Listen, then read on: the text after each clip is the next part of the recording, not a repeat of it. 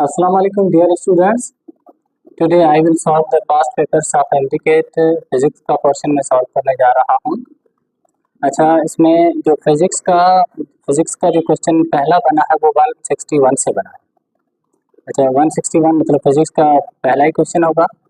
इससे पहले जो कि बायो भी है, केमिस्ट्री भी है, लेकिन 161 से हमारी फिजिक्स आ रही है। तो फिजिक्स का जो ये क्वेश्चन है कि if time interval occurrence of two events is measured in a frame with no relative motions in which two events occurs, then the time t measured by the observer in frame moving with the relative velocity v।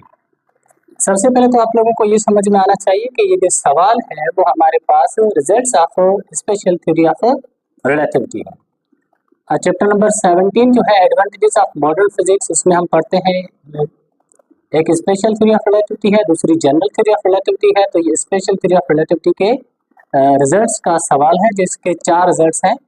अच्छा देखें, इसमें इस सवाल में क्या कह रहा है कि आपके पास 2 फ्रेम ऑफ रेफरेंसेस होते हैं।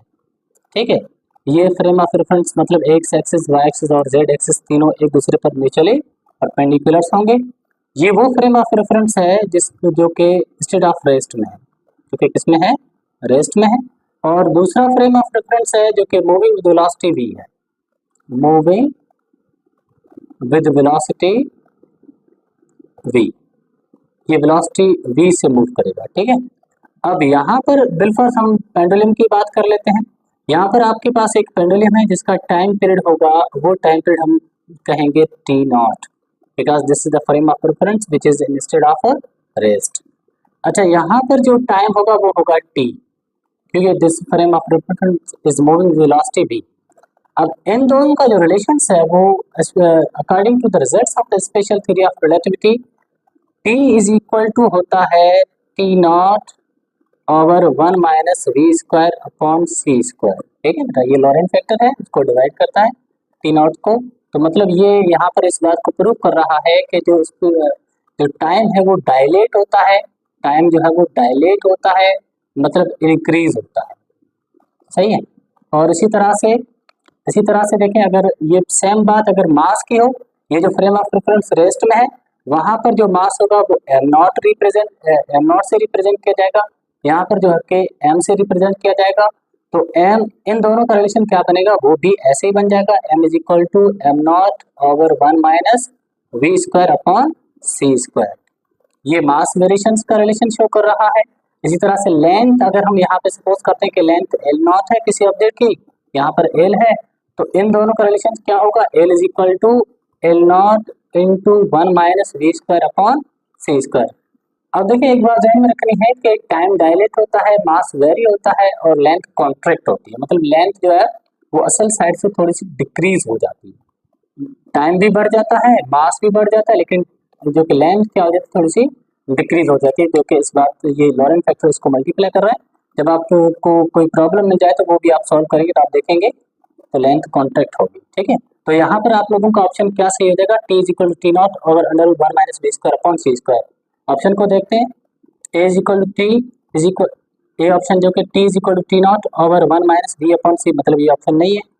T is equal to T naught over under 1 minus B square upon C square, मतलब ये ऑप्शन हमारा सही है। इससे हम कंपेयर करते हैं तो ये ऑप्शन सही है। अच्छा, उसके बाद हमारे पास क्वेश्चन नंबर 162 जो कि क्वेश्चन नंबर 2 है, the vector product of two vector A and B is dash vector A and B. इसमें कह रहा है कि दो वेक्टर्स आप लें, एक वेक्टर आपके पास ए है, दूसरा वेक्टर बी है। ए और बी की क्रॉस प्रोडक्ट अगर आप मालूम करना चाहें, ए और क्रॉस बी, तो आपके पास जवाब आएगा सी। ये जो सी, या फिर हम यूँ कह लें कि इसका जो प्लेन है उसके बिल्कुल परपेंडिकुलर होगा, इसके बिल्कुल क्या होगा, जैसे ये एक्स ये वाई तो ये जेड बन जाएगा, ऐसे X axis Y axis Z axis जैसे होता है ना, तो मतलब परपेंडिकुलर बनेगा। तो equal to the product of magnitudes, ये ऑप्शन गलत है। And the plane parallel to, नहीं, ये भी ऑप्शन सही नहीं है। Perpendicular to the plane containing, yes बिल्कुल सही, ये C option is the correct. उसके बाद question number 163, the Laplace correction to the Newton's formula is based on the fact that the compressions and rarefactions occurs as. अच्छा, आपको पता होना चाहिए कि स्पीड ऑफ द साउंड जो कि स्पीड ऑफ साउंड। इस क्वेश्चन में कह रहा है कि स्पीड ऑफ द साउंड सबसे पहले मालूम की थी न्यूटन ने। किसने मालूम की थी? न्यूटन ने। न्यूटन ने जो मालूम की थी वो गलत थी। क्यों? क्योंकि न्यूटन ने कहा था कि जो कि साउंड सबसे पहले क्या है, मैकेनिकल वेव है, it require any medium for their प्रोपेगेशंस।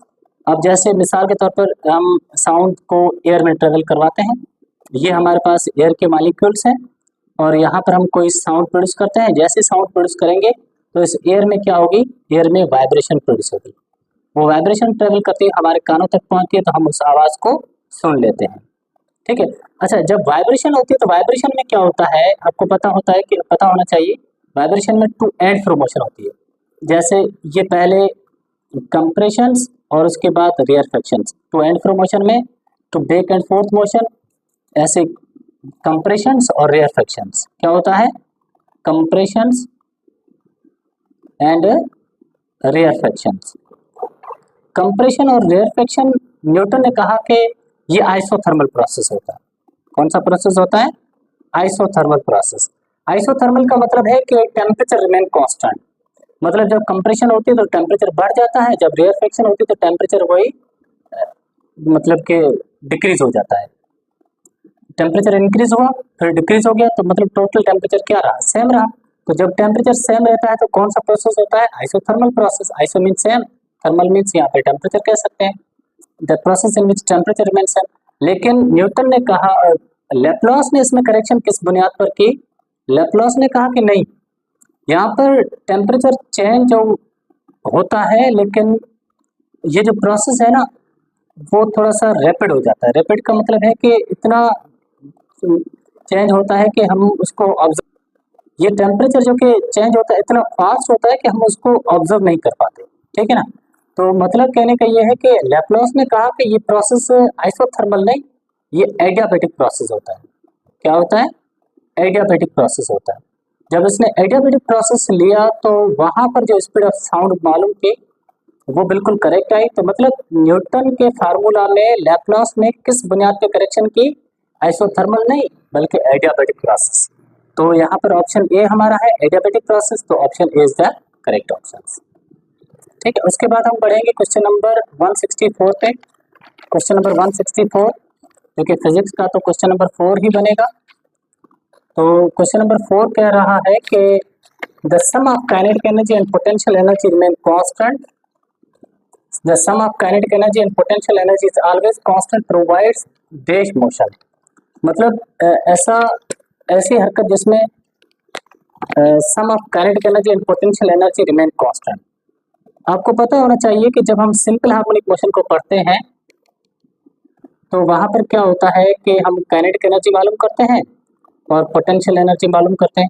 जब दोनों को सम करते हैं, काइनेटिक एनर्जी प्लस में पोटेंशियल एनर्जी करते हैं, तो वही आता है जो पहले था। मतलब क्या रहा? कांस्टेंट रहा। तो ये किस में होता है? ये होता है SHM, सिंपल हार्मोनिक मोशन। इसके डेरिवेशन आप करेंगे तो आपको मतलब फर्स्ट ईयर के वेव मोशन एंड साउंड के चैप्टर्स में है, जिसमें हमने ये मतलब प्रूव करना होता है कि sum of kinetic energy and potential energy is equal to the constant. जब हम सम करते हैं तो कांस्टेंट आता है। तो ये कौन सी हरकत होती है? Simple harmonic motion. तो यहाँ पर कौन सा ऑप्शन सही होगा? There is a greater force of frictions involve during the body is in simple harmonic motion, यहाँ पे आ गया। तो B option is the correct option. अच्छा, उसके बाद हमारे पास क्वेश्चन नंबर 165 है, the formula for the Paschen series of for hydrogen spectrum. इस सवाल में ये कहा गया कि ये जो फार्मूले दिए हुए ना, इनमें से आपने सिर्फ ये बताना है कि पैस्टरन सीरीज के लिए कौन सा फार्मूला बनेगा। तो देखें, हाइड्रोजन एटम हमारे पास सिंपलेस्ट एटम होता है। इसमें क्या होता है कि इलेक्ट्रॉन जो कि अपने ग्राउंड स्टेट से, ये इलेक्ट्रॉन अपने ग्राउंड स्टेट में है और ये उसके हम एक्साइटेड स्टेट्स बना देते हैं, कुछ भी XYZ बन सकता है। अब जब इलेक्ट्रॉन यहाँ से एक्साइटेड होता है, एनर्जी को एब्जॉर्ब करके ये हायर एनर्जी लेवल में जब जंप करता है तो उसको हम कहते हैं excitation. When electron absorb the energy and jumps into the higher energy level, तो ये जो है वो एक्साइटेशन प्रोसेस होता है। जब ये इलेक्ट्रॉन फर्स्ट शेल से एक्साइटेड हो, अब ये फर्स्ट से हो, सेकंड से, ये फर्स्ट, ये सेकंड, ये थर्ड, अगर फर्स्ट शेल से हो तो बनेगी लेमन सीरीज। क्या बनेगी? Lyman series. उसके बाद सेकंड से हो तो फिर बनेगी बाल्मर सीरीज, ठीक है। और उसके बाद थर्ड से हो तो फिर ये बनेगी पैस्चरम सीरीज, पैस्चरम सीरीज, ठीक है। अब हमने क्या देखना है, अब देखो फार्मूला जो हमारे पास बनेगा, जैसे मिसाल के तौर पर हम लेमन सीरीज का फार्मूला यहाँ पे बना लें, तो 1/, wavelength is equal to the Rydberg constant into क्या बनेगा 1/1 का स्क्वायर माइनस 1/n का स्क्वायर, जिसमें n की वैल्यू क्या हो सकती है 2, 3, 4 सो ऑन हो सकती है। तो ये तो हमारे पास लेमन के लिहाज से फार्मूला बना। बाल्मर के लिहाज से देखेंगे तो जस्ट वही सेम, ये रेडबर्ग कांस्टेंट भी सेम, यहाँ पर 1/2 का स्क्वायर माइनस 1/n का स्क्वायर। अब n की वैल्यू यहाँ पर क्या होगी, जाहिर सी बात है 3 से स्टार्ट होगी, 3, 4 एंड सो ऑन। और अगर हम पैस्चरन सीरीज की बात करते हैं तो ये रेडबर्ग कांस्टेंट भी सेम, ये 1/3 का स्क्वायर माइनस 1/n का स्क्वायर। अब यहाँ पर n की वैल्यू क्या होगी 4, 5, 6, 7 and so on. Lyman series, Balmer series, Paschen series, और उसके बाद ब्रैकेट सीरीज। ब्रैकेट सीरीज में क्या होगा, वही बात होगी, यहाँ पर 4 आ जाएगा, यहाँ पे n, और यहाँ पर 5 से स्टार्ट होगा, ठीक है बेटा। तो ये आपने सारी सीरीज याद कर लेनी है। उसके बाद ब्रैकेट के बाद प्रीफंड सीरीज, ये 5 जो कि सीरीज है। तो कुछ इस तरह से transitions of the electrons takes place, excitations of the electrons takes place. तो हमारे पास पूछा किसकी सीरीज का गया है, पैस्चरन सीरीज का। तो ये ऑप्शन भी सही नहीं होगा, ये ऑप्शन भी सही नहीं होगा, ये भी सही नहीं होगा, D option is the correct. D option कैसे करेक्ट है, क्योंकि अगर हम देखते हैं तो पैस्चरन सीरीज में थर्ड शेल से एन जो कि 4, 5, 6 हो सकता है। तो थर्ड हमारे पास है 3 का स्क्वायर, 1/n की value 4, 5, 6 and so on. D option is the correct option.